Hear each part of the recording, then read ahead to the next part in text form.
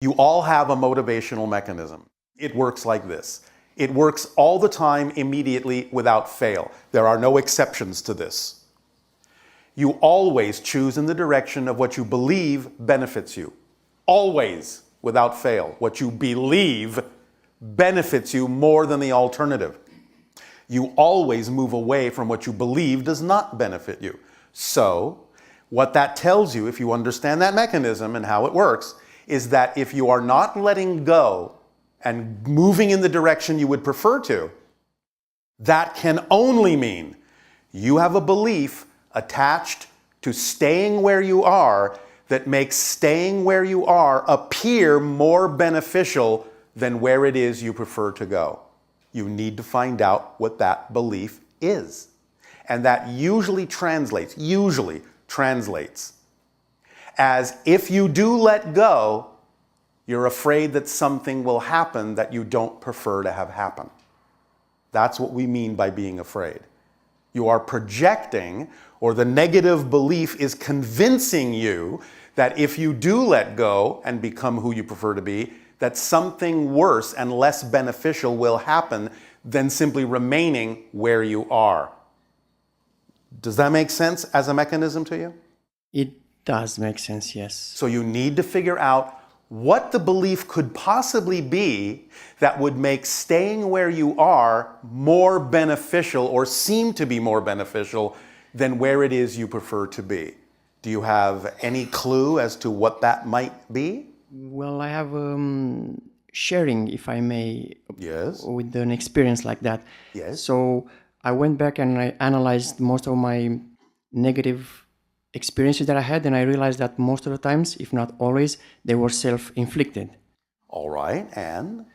Because? And then I went and I asked, why is that? And then I found the reason. And that was? The main reason for me is that I find myself attracted and passionate about the idea of falling in love with the wrong person 99% of the time. Because? Well, I don't know. That's what Because you don't deserve anything better?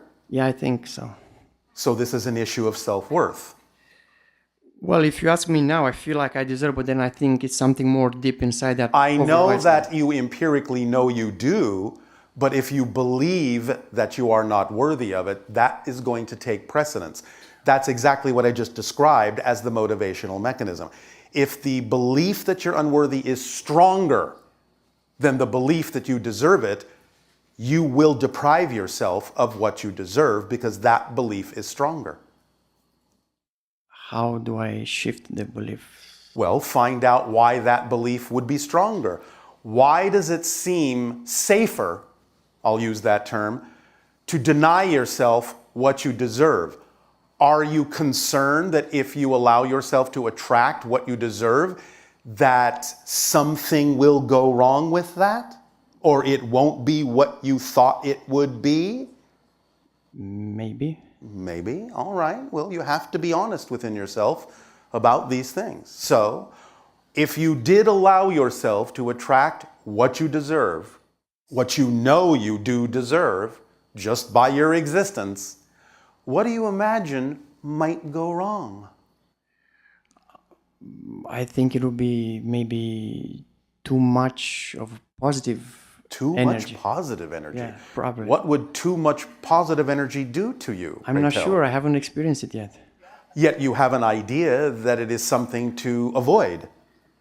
So whether you have experienced it or not, you obviously have a belief about it that isn't benefiting you and prevents you from moving toward it. So what do you imagine too much positive energy might do? Blow the top of your head off or something? Something like that, yeah. So you're saying you can't handle that much positive energy? I'm sure I can. Are you? At least empirically, as you said. Well, but do you know it in your bones as true? Or is it just an intellectual concept for you? It's just a concept. Why isn't it in your bones? Why don't you know it to be true that you can handle it?